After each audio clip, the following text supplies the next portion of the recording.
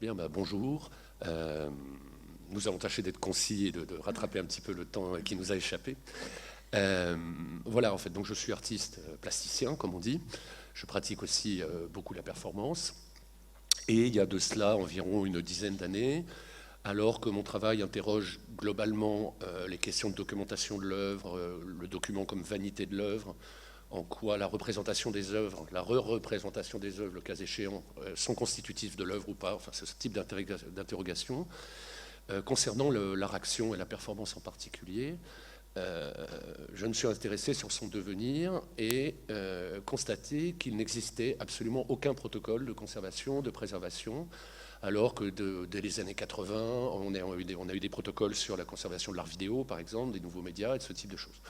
Donc, fort de cette interrogation, je me suis tourné vers les restaurateurs, restauratrices en l'occurrence, pour tenter de répondre à ces questions. Et donc là, depuis maintenant 7-8 ans, dans des phases un peu préparatoires, et maintenant depuis 4-5 ans, dans des phases vraiment plus pratiques et avec des études de cas, nous tentons donc de mettre en place cette méthodologie inspirée et prolongée des méthodes de conservation, restauration traditionnelles, nous dirons, sur cette forme d'art qui, même si évidemment elle est immatérielle et éphémère, est très constitutive de l'histoire de l'art du XXe et du XXIe siècle, et on est donc parfaitement indissociable. Voilà. Alors, moi, je suis Stéphanie Elarbi, je suis restauratrice d'art contemporain et chargée de la restauration au musée du Quai Branly, donc là sur des collections ethnographiques. Les liens entre les collections ethnographiques et l'art contemporain sont nombreux. Des objets ou des œuvres constituées de matériaux non pérennes et qui intègrent les collections, similitudes entre restauration et rituel et les objets qui en découlent, enfin je ne m'étale pas là-dessus, mais sur ma pratique d'art contemporain, je me suis interrogée effectivement sur que fait-on des performances qui sont quand même dans les collections depuis, on peut dire, le Cabaret Voltaire, donc ça va faire une bonne centaine d'années. Il y en a, on l'a évoqué au cours de cet après-midi, il y a bien des œuvres performatives dans les collections. Comment les conserve-t-on? Qu'en fait-on? Comment les montre-t-on? Et donc je me suis interrogée, rejoint le projet pour savoir en quoi la méthodologie et la déontologie de la conservation-restauration pouvaient s'appliquer à cette forme d'art immatérielle ou difficilement conservable a priori. La question aussi de la présentation des performances s'est posée à nous, puisque c'est aussi pour toi le constat que très souvent dans les institutions ou dans des centres d'art, on voyait en guise de performance une vidéo, 2 photos, peu d'informations, et comment redonner à voir aussi la performance d'une manière un petit peu plus satisfaisante. Voilà, alors... Tout d'abord, pour savoir de quoi on parle, nous préférons le terme d'art-action à celui de performance. Déjà parce que performance, non pas par patriotisme, mais provient de l'anglais to perform et s'applique à tout type d'activité scénique dans sa formulation anglo-saxonne, alors que dans la formulation française, elle est dans un premier temps attribuée à cet art de l'instant et de l'action, lié au début tout au moins historiquement, lié aux arts plastiques. Et donc le terme pour nous, art-action, nous paraît plus englobant. Comme vous pouvez voir sur le schéma fait par Arnaud Labelle-Rojoux dans son ouvrage L'acte pour l'art, qui est un ouvrage de référence absolue concernant justement l'histoire de l'art-action. Lui-même est artiste et c'est donc une histoire vue de l'intérieur de l'art-action. On voit un petit peu toute la complexité et toutes les ramifications que ça implique. C'est-à-dire qu'avec le terme d'art-action, ça nous permet d'englober des choses aussi différentes que les actionnistes viennois, la poésie sonore, la danse performative, les frontières entre la danse et la performance, quantité d'autres, le happening, l'event, l'event, Alan Capro, ce genre de choses. Donc ça nous permet un petit peu de typologiser justement ces pratiques en vue de mieux les cerner dans cet objectif de préservation. C'est-à-dire que nous estimons que si nous sommes amenés à, et vous verrez dans les exemples qu'on va vous montrer, si nous sommes amenés à typologiser leur action, c'est dans cette optique de préservation, et de conservation de cette forme d'art. Ce n'est pas forcément antinomique avec les définitions qu'apportent les artistes eux-mêmes, mais des fois ça peut aller à l'opposé, comme on le verra dans un des exemples tout à l'heure. Donc, avant de vous décrire un petit peu plus avant la méthode que se propose d'éprouver sur la méthode de conservation-restauration qu'on se propose d'éprouver sur l'art-action, quelques précisions sur la manière dont on travaille, essentiellement jusqu'à présent sur des collections patrimoniales, mais pas que. On fonctionne comme un prestataire de service, comme un atelier de restauration à qui on fait appel lorsqu'on a un problème sur sa peinture, sur sa sculpture, ou que l'on souhaite faire une étude de son monument dans sa ville, par exemple. Donc ce n'est pas nous qui choisissons les pièces que nous traitons, mais c'est au contraire la commande qui nous est faite. Donc il n'y a pas ici une question de choix. Il n'y a pas non plus de méthode globale qui s'applique à la préservation de toute œuvre d'art-action, mais elle est constituée au cas par cas en fonction de chaque exemple que l'on nous soumet. Il y a également le fait que tout ne peut pas être préservable et il nous faut un petit temps d'étude préalable pour comprendre si ce que l'on nous demande est faisable ou pas. Et enfin, si un artiste, par exemple, s'oppose totalement à ce que l'on préserve, étudie, documente, comme Tino Sehgal, son œuvre, évidemment, on ne le fera pas. Voilà un petit peu le contexte déontologique. Pour ce qui est vraiment du travail que l'on peut fournir et que l'on peut restituer, il peut prendre vraiment différentes formes. Ça peut être, déjà, on travaille sur deux types d'œuvres d'art-action. Les œuvres d'art-action passées, c'est-à-dire il y a eu une action il y a 5 ans, 10 ans, 20 ans, 30 ans, et quelqu'un souhaite reconstituer ce qui s'est produit, avoir de l'information, avoir de la documentation, dans un but d'étude, de compréhension, de connaissance d'une œuvre, ou éventuellement dans un but de réitération. Ça, c'est une chose sur ce qui est passé. On travaille également plutôt que de courir derrière le wagon, on travaille aussi sur des œuvres auxquelles on assiste et pour lesquelles il nous est demandé une documentation optimum qui collera le mieux à la pièce qui est présentée et dans un but différent, dans des buts divers. Par exemple, simplement de constituer une fiche de synthèse sur ce qui s'est produit dans une institution, fiche de synthèse qui cite la documentation collectée, qui la met en œuvre de manière lisible pour, par exemple, intégrer un dossier d'œuvre. Ça peut être donc une étude en vue d'une réitération. Ça peut également être une connaissance approfondie d'une œuvre de la collection pour avoir, par exemple, des pistes de présentation. Un travail qui est un préalable nécessaire pour un commissaire d'exposition ou pour un conservateur, par exemple. Il va sans dire que dans le cas où nous accompagnons par exemple un artiste dans la documentation de son action, que nous établissons avec lui une sorte de contrat moral qui consiste à l'empêcher d'utiliser la documentation, et c'est un artiste qui le dit en plus, d'utiliser la documentation que l'on produit, à lui de produire ses propres artefacts autour de sa performance, parce qu'évidemment, si par exemple les vidéos, les interviews, les photos, tout type de documents, les bandes sonores que l'on sera amené à produire pendant la documentation, si elles retournent dans le circuit marchand et dans le marchand de l'art, on devient prestataire documentaire, une société vidéo, et pas du tout une recherche scientifique. Donc il est très important aussi pour nous, déontologiquement, de bien spécifier à l'artiste qu'aucune monétisation et utilisation marchande de notre documentation n'est possible, bien entendu. Donc voilà, comment procédons-nous sur ce travail documentaire et d'étude qui est pas sans rappeler sur certains points l'étude ethnographique de terrain. Tout d'abord, la caractérisation de l'œuvre d'art-action, c'est d'abord définir les éléments constitutifs de son effectivité. Il nous semble être le contexte, l'action et le public, et ce sont ces trois domaines que l'on explore de différentes manières. Il y a d'abord une recherche et une classification des documents autour de l'œuvre, c'est-à-dire là nous réunissons les archives existantes autour d'une œuvre, les notes et écrits de l'artiste, les échanges avec le commanditaire, les différentes traces audiovisuelles, les reliquats, la scénographie, les témoignages également qui peuvent exister au préalable de l'artiste, des protagonistes ou des spectateurs, et également des documents critiques, catalogues, textes évoquant l'œuvre ou l'artiste. Les sources documentaires sont réparties en deux catégories. Donc il y a celle dont je viens vous parler, les documents préexistants à l'étude de l'œuvre, ce sont les archives existantes, et les documents constitués pour l'occasion, ce sont les archives que nous constituons à l'occasion de ce travail.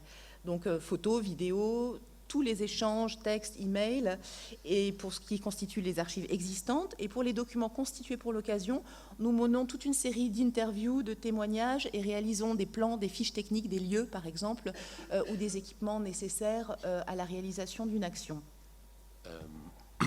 Comme on va essayer de gagner un petit peu de temps, on ne va pas s'étaler là-dessus. Ouais. Mais à titre d'exemple, on a fait des recherches sur les protocoles d'interview d'artistes mis en place par l'INCCA, qui sont des schémas pyramidaux, en fait, pour aller très vite, qui consistent à partir du général pour aller au particulier, le particulier étant l'œuvre.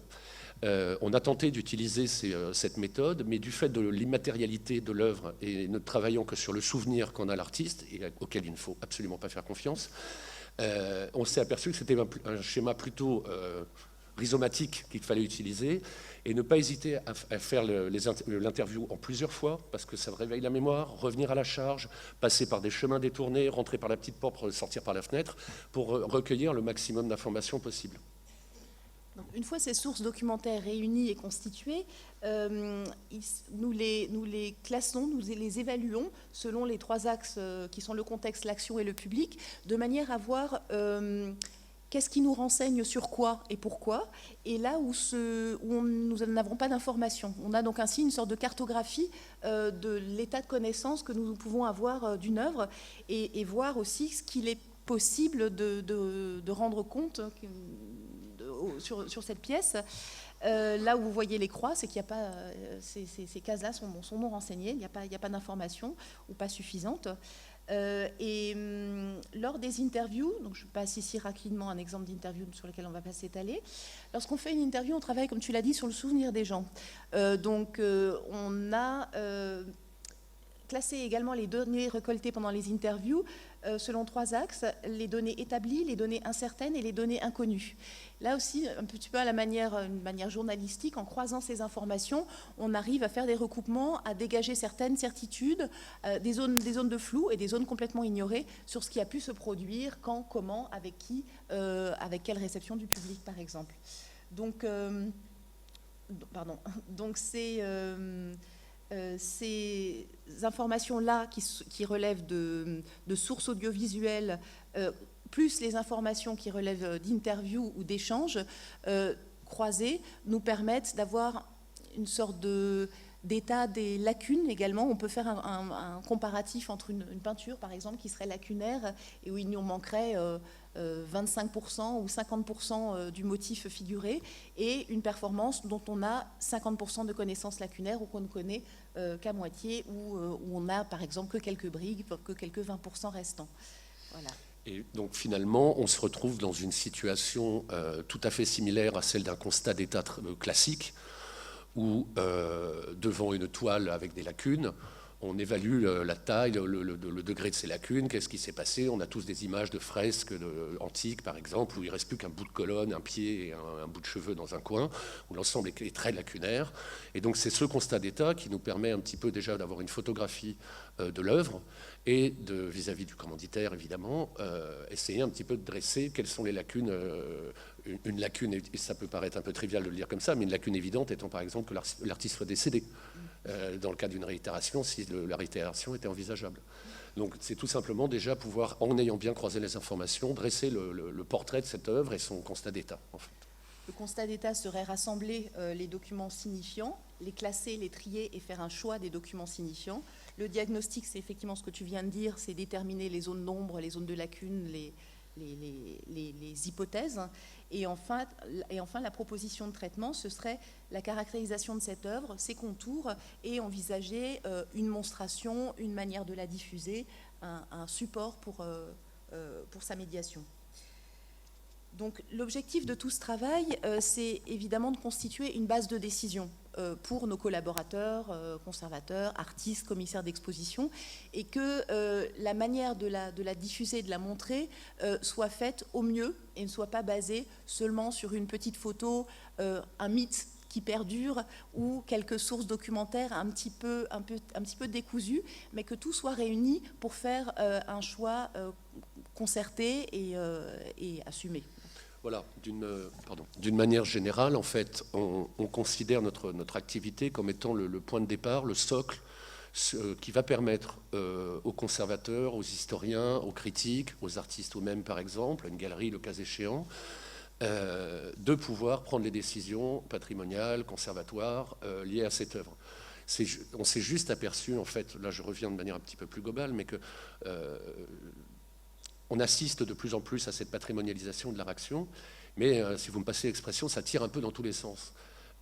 Sans qu'il y ait réellement ce socle scientifique, cette base de données, ce recoupement d'informations qui permettent de prendre la décision. Donc on va se retrouver avec des artistes qui font des reenactments plus ou moins heureux comme Marina Abramovic. On va se retrouver avec des galeristes qui cherchent à monétiser la performance mais qui ne savent pas trop comment faire. On va se retrouver avec des institutions qui, dans des expositions, j'ai le souvenir toujours tragique et complètement...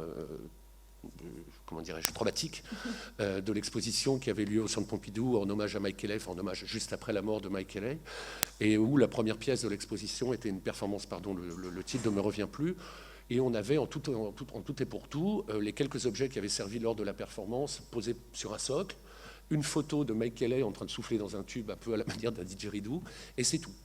Aucune indication de temps, de déroulé. Il y a vaguement sur le cartel marqué qu'à un moment, il y a je ne sais plus qui participe. Et pour le public contemporain, c'est quand même pas très vieux, Mike Kelley, le musée ne produit absolument aucun élément informatif qui permette une meilleure compréhension du public.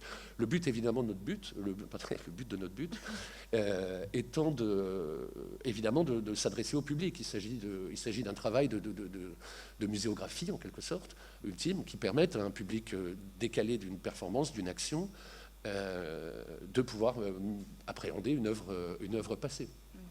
Il ne s'agit pas ici pour autant de convoquer la police de la restauration et par la méthode un petit peu pointilleuse que je viens de vous décrire à l'instant. Notre but n'est pas du tout de figer l'œuvre dans une forme, de singer ce qui a eu lieu en essayant de collecter toutes les informations pour les reproduire à l'identique. On s'inscrirait plutôt dans une sorte de pratique que vous évoquiez ce matin sur la notation de la danse baroque et sa réinterprétation aujourd'hui. Mais c'est un petit peu cette notation de départ qui nous permettrait toutes les libertés pensées possibles par la suite. Voilà, donc maintenant nous allons brièvement vous passer quelques études de cas pour vous montrer un peu les divers aspects de nos pratiques. Donc là, nous sommes en face d'une performance de Joël Hubeau, artiste français, né en 1947, si ma mémoire est bonne. Cette performance, qui s'appelle Vitriol, lui a été commandée au Macval en 2005 en prolégomène à l'ouverture du musée, une série d'événements qui s'appelait Occupation, pour occuper un petit peu déjà le chantier du musée avant l'ouverture officielle du dit musée. L'action consiste à l'installation d'un abribus dans ce qui allait être le futur hall du musée. Abribus dans lequel l'artiste a placé une image à lui que l'on voit dans l'espace publicitaire sur la gauche, malheureusement désolé pour le reflet. Et l'artiste habillé, il insiste sur ce point, puisque lui-même, quand on le connaît, n'est pas du tout habillé en costard-cravate d'habitude, donc est habillé en ce que lui appelle en monsieur tout le monde, en type qui va au boulot et qui attend son bus, quoi. En gros, avec sa mallette, comme ça. Il est resté par intermittence un peu pendant toute l'après-midi à attendre son bus, un petit peu comme un geste absurde beckettien. De temps à autre, il se barrait, il revenait pour voir si le bus arrivait. Évidemment, le bus n'est jamais arrivé. Et le public lui-même était invité à venir s'asseoir et attendre ce bus hypothétique. Donc c'est une pièce qui mélange à la fois, je dirais, performance classique comme une scène, et en même temps une sorte de sculpture sociale avec cette invitation un petit peu à participer et à mettre un peu de réalité à l'intérieur du musée. Donc, première étude de cas que nous avons réalisée en 2008, que nous avons appelée la question du pied dans la chaussure, mais je reviendrai sur cette question, donc, où nous avons pour la première fois appliqué cette méthode et fourni toutes les clés au musée en vue d'une réactivation éventuelle. Alors nous aimions bien le néologisme de réaction plutôt que réaction. Donc nous préférons parler de réaction. Cette réaction n'a toujours pas eu lieu. Maintenant, le musée a le mémorandum, le dossier, le rapport de traitement, qui lui permettent, le cas échéant, dans une prochaine exposition, de réactiver la performance, et peut-être même pas avec l'artiste en lui-même, mais quelqu'un qui serait amené à prendre son rôle, entre guillemets. Ce qui nous a par exemple amené ici voilà l'installation de l'abribus dans le musée, ce qui nous a amené à contacter la société Decaux pour voir de quel abribus il s'agissait, un abribus de la ville de Vitry, mais de quel type. On voit que sur cette photo fournie par Decaux, il n'y a pas de sol, il n'y a pas d'implantation, c'est fiché directement dans le sol du trottoir, mais ici vous voyez qu'il y a une sorte de petite scène d'estrade qui a été installée. On pensait que c'était initialement pour préserver le tout nouveau sol du musée, mais en fait pas du tout, c'était une demande de Joël Hubaut qui voulait justement, comme tu le dis, faire scène, et cette surélévation est un élément vraiment important à prendre en compte dans le cadre d'une réitération. On parlait de lacunes quant aux interviews et à la connaissance et aux souvenirs des gens par rapport à avoir assisté à une œuvre d'art-action. Ici, Joël Hubaut, on le voit le pied hors de sa chaussure. Il ne se souvient absolument pas du moment auquel ils auraient retiré sa chaussure, ni même d'avoir positionné le petit réveil qui se trouve à l'extrémité du banc, ce qui nous a à un moment laissé croire que c'était peut-être une action timée, où il y avait un temps, une temporalité. Donc voilà, il y a ces zones d'incertitude qui demeurent, mais le cahier des charges pour la réitération de cette action, avec l'accord de l'artiste, est maintenant posé. Voilà, donc deuxième étude de cas. Il s'agit en 2000, je ne sais plus combien, je crois que c'est marqué dans les... 2010. En 2010, merci. En 2010, le Festival Actoral à Marseille, qui tous les ans invite un monde croisé entre poésie sonore, performance, art-action, qui est un festival qui marche très très bien là depuis une dizaine d'années. Et donc en 2010, comme en hommage à Jean Dupuy, l'artiste marseillais, niçois, né en 1925, qui a eu une grosse période new-yorkaise avec des gens de Fluxus dans les années 70, et notamment Massiunas, bien évidemment, organisait souvent des events et des happenings dans son loft new-yorkais, notamment un qui s'appelle One Night on a Revolving Stage, One Evening on a Revolving Stage, consistant à ce que des artistes se produisent sur une petite scène tournante d'un diamètre d'1 mètre à peu près, et pendant des performances assez courtes de quelques minutes, et donc interviennent et se mettent à tourner et font la performance qu'ils veulent. Donc là, je ne sais pas si on arrive à lire bien les noms, mais vous voyez que dans la première version, il y avait Nam June Paik, des gens comme un très jeune compositeur très peu connu à l'époque qui s'appelait Philip Glass, par exemple. Et donc, il invitait tout ce petit monde à venir. Donc, la première photo, c'est Jean Dupuy lui-même en train d'intervenir. Et la deuxième, c'est Nam June Paik. Donc, le festival actoral souhaite réactiver cet happening. Évidemment, il ne s'agissait pas de convoquer les mêmes artistes. Et donc, nous avons été chargés de documenter l'ensemble de cette réitération du happening de Jean Dupuy. Donc là, par exemple, vous avez l'exemple d'une pièce de Jean Dupuy qui consiste en 2 sonates diffusées en même temps, produisant, parce que ça marche très bien ensemble, l'impression que ce n'est qu'un seul et même morceau de musique. Voilà donc des exemples d'artistes, Alexandre Gérard, Mathis Collins, Jean Dupuy lui-même testant la vitesse de rotation de la scène. Donc, un des éléments aussi de la documentation, c'était reconstituer cette scène, quel diamètre, quel aspect, quel positionnement sur la scène, quelle vitesse de rotation. Donc avec Jean Dupuy, on a travaillé à affiner cette question-là, de savoir quelle a été la rotation. Peut-être pas la même rotation évidemment qu'en 76, mais celle qui convient aujourd'hui pour cette réitération de cette pièce. Donc là, on est dans la régie du festival, où c'est en fait une scène tournante pour les mannequins dans les vitrines qui a été employée, qui devait avoir une capacité de résistance assez conséquente, et également une documentation du lieu, de cette implantation qui est très, là pour le coup, théâtrale, dans ses éclairages, dans la disposition des gradins. Voilà le plan du lieu, et de manière à avoir vraiment une bonne connaissance de ce qui s'est passé sur cette scène, des éléments qui ont été réalisés pour la constitution de ce nouveau happening, ainsi que son implantation dans le lieu. Voilà, 2 petites remarques encore sur le Jean Dupuy. La première, c'est que nous avons également réalisé des interviews des artistes avant et après les interventions, puisque l'art-action, la performance, souvent, par exemple, Joël Hubaut en est un très bon exemple avec son histoire de pompe, d'être à côté de ses pompes,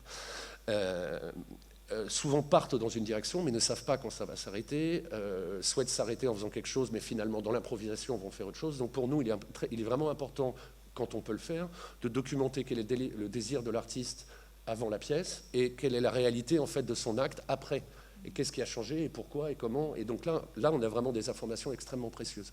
La deuxième remarque rapide, c'est que là, à l'occasion des 90 ans de Dupuis à Nice, un nouvel événement avec une nouvelle série d'artistes, Revolving Stage, va avoir lieu. Et on a pu transmettre l'information que c'est 2 tours par minute, puisqu'on avait établi à l'époque que c'est 2 tours par minute qui satisfaisaient Jean Dupuis. Donc maintenant qu'elle est réitérée, dont l'information est transmise. Bon, ce n'est pas une information très compliquée à mettre en place, mais néanmoins, elle était importante. Et par ailleurs, tu disais interview avant et après de l'artiste. On interviewe également certaines personnes du public à la sortie de l'action, de manière à renseigner ce troisième axe, contexte, action et public, et avoir aussi cette information qu'on a finalement assez peu dans la documentation et dans les archives des œuvres d'art-action, c'est-à-dire comment le public a reçu l'œuvre. Rapidement, nous sommes depuis maintenant 2 ans un bureau de recherche indépendant, mais hébergé par le MACVAL. Et donc nous collaborons avec eux régulièrement pour différentes demandes. Ici, par exemple, cet affreux tableau Excel qui était leur demande de recenser, de faire un inventaire de toutes les œuvres d'art-action que le MACVAL a accueillies depuis son ouverture. On aurait eu du mal à le faire avec le Centre Pompidou ou l'Arc, mais là, c'était encore possible. Donc, la petite et dynamique et très soudée équipe du MACVAL documente beaucoup tout ce qui s'est passé. Donc, on a des bonnes sources, mais elles sont disséminées un peu partout. Donc, notre but était d'identifier ces différentes sources et de pouvoir dire un tel à ça, machin à ça, le but final étant de tout rassembler au centre de documentation et d'avoir un listing, un inventaire qui dit qu'est-ce qui a eu lieu, quand, dans quel contexte et qu'est-ce qu'on a comme information. Voilà, avec par exemple, comme petite chose amusante, il y a des événements, par exemple des conférences, puisque le MACVAL a un auditorium, organise beaucoup de colloques et de choses comme ça. Il y a eu des conférences données par des artistes. Moi-même, par exemple, j'en ai donné. Alors, est-ce que la conférence est considérée comme une performance? Est-ce qu'on la fait rentrer dedans? Donc, par exemple, la responsable des publics du musée dira ah bah oui, c'est l'artiste que j'ai invité, bien sûr que c'était une performance, enfin une performance conférence. Bon, d'accord, conférence performée, voilà. Et après, on demande à quelqu'un d'autre dans le musée qui dit bah non, c'est une conférence, quoi, ça ne rentre pas dans un cadre performatif. Donc on a comme ça, par exemple, quelques cas qui restent pour l'instant insolubles. Question de typologie. Voilà, on y revient. Oui, autre chose que nous avons fait au MACVAL, ils nous ont demandé de présenter un petit peu notre travail lors de la nuit des musées. Chose qui immédiatement ne nous a pas totalement enchanté, compte tenu du côté un peu aride et chiant de ce qu'on peut faire pour la nuit du musée, qui est plutôt une fête assez populaire. Ça nous paraissait un petit peu compliqué. Et donc finalement, on a essayé de transformer ça à notre avantage en faisant une sorte d'événement à notre tour que nous avons appelé « Avez-vous assisté à cette action ?» et où nous avons demandé au public s'ils avaient assisté à un certain corpus de performances, donc qui était présenté avec, peut-être tu peux avancer pour qu'on voit les fiches. Voilà. Donc où il y avait des fiches, voilà, on retrouve Joël Hubaut, une fiche mais extrêmement simple, encadrée au mur de l'œuvre, avec volontairement très peu d'informations. En dessous, un moniteur avec soit des photographies, soit un tout petit bout de vidéo, mais à nouveau pas trop d'informations à donner au public. Et nous avions 2 collaboratrices avec des jolis badges Atelier Boranali et des enregistreurs numériques qui, dès que quelqu'un s'asseyait, disait « Ah oui, moi j'ai assisté à ça », prélevait les informations et les récoltait. Bon, évidemment, les informations prélevées n'ont pas été, pour l'histoire de l'art, absolument essentielles. Néanmoins, l'intérêt que ça a eu, et c'était finalement le but un peu dissimulé et recherché de l'opération, c'est que plutôt que de montrer des documents de performance, et je pense particulièrement à la vidéo, dont parfois il est très dur d'établir le statut, est-ce une œuvre, n'est-ce pas une œuvre, le simple fait de dire « avez-vous assisté à cette action » permettait très facilement au public d'identifier les objets documentaires comme étant précisément des objets documentaires et n'étant certainement pas des œuvres en elles-mêmes. Et du coup, ça a parfaitement libéré la parole et on a eu quand même des gens qui, en plus, avaient assisté à plusieurs actions. Ils ont un public très fidèle. Oui. Et c'est quelque chose qui se poursuivra bientôt en ligne, où la question restera ouverte sur le site du musée. Sur le site du musée. Et les gens pourront aussi déposer quelques photos qu'ils auront fait, vidéos, informations. Donc voilà, c'est aussi une manière de collecter l'information du public, voilà, d'une manière un petit peu interactive. De l'utilisation du public comme stagiaire. Un dernier exemple? Oui, je te laisse. Ici, un dernier exemple qui est la fiche documentaire que j'évoquais il y a quelques instants, qui est ici une fiche documentaire de Tsuneko Sanuichi qui a fait un événement micro-événements comme elle les intitule, qui consistait en un mariage dans le jardin où elle se marie avec qui veut se marier avec elle, en grande pompe, mariage à l'américaine, chemin blanc, fleurs, musique. Et c'était une production Macval qui souhaitait en garder trace, avec évidemment vidéo, photographie, interview, tout ce qu'on vous a déjà relaté, mais également en garder trace physiquement dans les dossiers du musée, ce qui prend cette forme, donc des petites fiches documentaires, contexte, action publique, avec des descriptions du dispositif, du déroulé, des protagonistes, la liste des principaux protagonistes, la liste des archives existantes et où elles se trouvent, et des mini-vignettes avec des numéros qui renvoient à des informations dans le texte.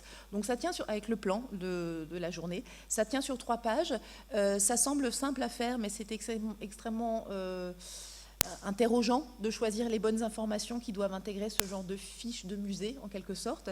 Et ça a bien fonctionné. Nous sommes en train d'en rédiger pour Esther Ferrer également. Voilà, là où, par exemple, sur la performance de Joël Hubaut, on a rendu un petit pavé. Le principe de fiche dont maintenant ils possèdent le gabarit, qu'ils peuvent quasiment faire eux-mêmes. L'idée, c'est aussi d'avoir un document rapidement, tant que l'action est fraîche, et qu'après, s'il faut refaire des recherches et aller plus loin, donc, pour je ne sais quel projet, on ait au moins ce premier document qui a été fait dans le mois suivant, le mois à peu près, suivant l'intervention de l'artiste. Voilà, donc un moyen d'enregistrement de l'événement. Alors notre projet en cours, nous allons terminer là-dessus, qui est notre dernière commande du Macval, qui nous a fait très peur lorsqu'ils nous l'ont énoncé, c'est Messe pour un corps de Journiac, qui est un petit peu la performance ou action emblématique de l'art corporel français. Peut-être tu peux la décrire en quelques mots. Oui, bon, je pense que beaucoup d'entre vous la connaissent, on ne va pas s'étaler sur Journiac. Évidemment, donc première version en 69, Galerie Templon, deuxième en 1975 à la Galerie Stadler. Michel Journiac, ancien séminariste, qui travaille sur le corps, le sang, dont le sang notamment est un élément récurrent dans toute son œuvre, célèbre une messe en latin, à l'issue de laquelle, au moment de l'Eucharistie, au lieu et place de l'hostie, propose une petite rondelle de boudin, dont le public apprendra après qu'elle a été constituée avec le propre sang de l'artiste. Donc pourquoi cette demande du Macval? Il se trouve que l'institution a acquis, il y a quelques années, l'installation Messe pour un corps, qui est l'action devenue installation que Michel Journiac a réalisée pour l'exposition Hors Limite, et au Centre Pompidou en 1975, et que donc le Macval a acquis. Fort d'avoir cette pièce majeure dans les collections, ils ont souhaité avoir une étude complète sur Messe pour un corps, version 69, version 75 et installation au Centre Pompidou et les autres installations qui ont eu lieu ensuite, de manière à pouvoir représenter la pièce de la manière la plus adéquate possible et offrir au public un petit espace documentaire qui redonnerait à comprendre quelle a été cette double action qui a présidé à la création de cette pièce. Oui, d'autant si tu veux peut-être avancer sur le doc. Voilà, donc bon, évidemment quelques photos de l'action en déroulé. L'installation elle-même, je pense qu'elle est juste après. Non, on est un peu. Ah ouais. Juste ces quelques photos documentaires. Donc nous avons collecté auprès de Jacques Miège, l'ayant droit de Michel Journiac, de la galerie Dorfman, enfin voilà, plein de pistes, beaucoup de documents, de photographies, de notes, enfin tout ce que vous connaissez par cœur. Et une première étude nous a déjà permis de classifier les documents de l'action qui relèvent de 69, qui sont ceux-là, et d'autres qui relèvent de 75, où là, cette fois-ci, l'autel est recouvert d'un drap. Donc il y avait même dans certains catalogues un flou sur quelle était la photographie de quelle action. Donc ça, c'est déjà une première chose. Il y a également eu un travail sur cette pièce qui s'appelle Piège de sang, qui se trouvait au sous-sol de la galerie Templon en 69 et qui est rarement mis en relation avec Messe pour un corps qui se passait à l'étage, alors qu'elles fonctionnent ensemble. Et il y a également toute une série de photos qui ont été publiées comme celle-ci, qui ne sont absolument pas des photos de l'action elle-même, donc qui ne sont pas des documents d'action, mais qui sont des photos posées dont Journiac se servait en diffusion de son travail et publiées par Artitude notamment, qui était vraiment un organe de diffusion de son travail. Ici, Catherine Millet, aussi photo posée. On le voit également, notamment la manière dont les linges sont posés sur les prie-dieu et sur l'agencement du dessus de l'autel. Ici, encore une photo posée. Voilà. Voici l'installation telle que l'a voulu Michel Journiac pour Hors Limite, donc au Centre Pompidou. Et donc ça, on sait que c'est une installation validée. Il l'a pensé pour ce lieu et il l'a souhaité comme ça. Cette installation est constituée donc d'un podium, d'un autel aux dimensions de plaques de sang de Michel Journiac qui sont au nombre de 3. Il s'agit de 100 pris entre 2 plaques de plexiglas. Devant l'autel, 2 prie-dieu qui auraient servi aux actions, c'est encore un endroit de doute et de flou, et à l'arrière, la projection du film Messe pour un corps, qui a été tourné par Carole Rossopoulos lors de l'action de 75, action que Michel Journiac a aussi souhaité réitérer partiellement pour faire ce film et pour avoir une archive de cette action. Un autre élément qui apparaît, c'est que pour le vernissage, juste devant cette pièce-là, il y a eu une performance d'Éric Madeleine que l'on voit ici. Peut-être tu peux décrire.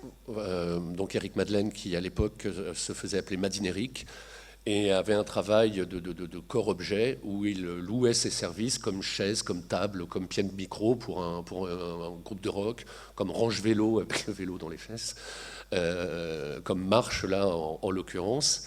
Et c'est à la demande de Michel Journiac que la performance a eu lieu pendant tout le vernissage à proximité de l'installation, donc évidemment pour Hors Limite en 94, car Journiac souhaitait qu'il y ait cette idée de remettre du vivant, remettre de l'action et de la vie autour de son installation documentaire à lui-même de Messe pour un corps. Donc voilà Pierre Restany qui utilise Médine Éric pour accéder à l'installation de Michel Journiac et Restany était un des actants de 69, de l'action de 69. Voilà une vue un peu plus générale où on voit aussi l'accrochage des œuvres de Journiac.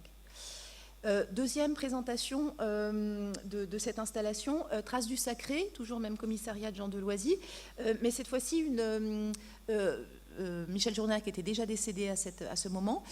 Son ayant droit nous informe que pour lui, la présentation de cette deuxième présentation n'est pas tout à fait satisfaisante. Voilà la manière dont on y arrive. Donc on reconnaît les salles du Centre Pompidou aussi.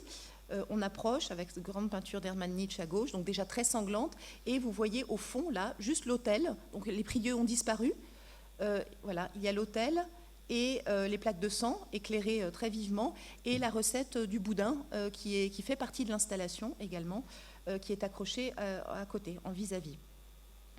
Voici maintenant la présentation de cette installation qui a été réalisée au Macval, avec un plan fourni par Jacques Miège et la galerie Dorfman, qui a été tout à fait respecté pour les dimensions, mais qui autorise un certain nombre de variations, notamment sur l'emplacement des prie-dieu, l'emplacement de la recette du boudin, par exemple. Voici à quoi elle ressemble aujourd'hui. Donc l'esprit chapelle a été restitué. Jacques Miège nous indique que pour Journiac, c'était la seule installation qui nécessitait une théâtralisation. Donc voilà. Celle-ci est partie. Voilà la vue de derrière l'autel avec l'accrochage de la recette du boudin qui est dans l'ombre ici à proximité de la porte. Quelques petits soucis. Voilà. Donc voilà la recette du boudin avec donc la prise de sang. Sur la fin de sa vie, dans les années 90, Michel Journiac a fait établir des certificats par le laboratoire qui établissaient la prise de sang comme un geste artistique. Donc voici celle de l'installation et voici celle de 69. Donc pour l'installation, il a souhaité un recadrage sur le bras. À partir de la version de 69. Il y a eu un montage à blanc dans les réserves du musée qui a permis d'ajuster l'installation. Ici, un détail de la plaque de sang. Voilà. Et voilà le dessous des prie-dieu, où on a le tampon Journiac et plusieurs couches de réacrylisation. Michel Journiac utilisait ce terme, et de la peinture acrylique pour repeindre. Donc le fait que ces prie-dieu aient été repeints nous laisse croire qu'ils ont été utilisés aussi pour l'action. Pour finir, l'espace documentaire que nous a demandé le MACVAL pour accompagner cette installation est celui-ci. Il est situé à proximité de l'entrée de cette petite chapelle dans le parcours des collections. Il est constitué d'une vitrine avec nombre de documents historiques qui nous ont servi à l'étude et de 2 vidéos qui... les vidéos sont à la fin. On ne va peut-être pas vous montrer tous les documents dans le détail, mais l'idée de cet espace documentaire était vraiment, là pour le coup, de permettre au public de comprendre le côté performatif de l'œuvre, et que c'est avant tout une action devenue installation dont il s'agit.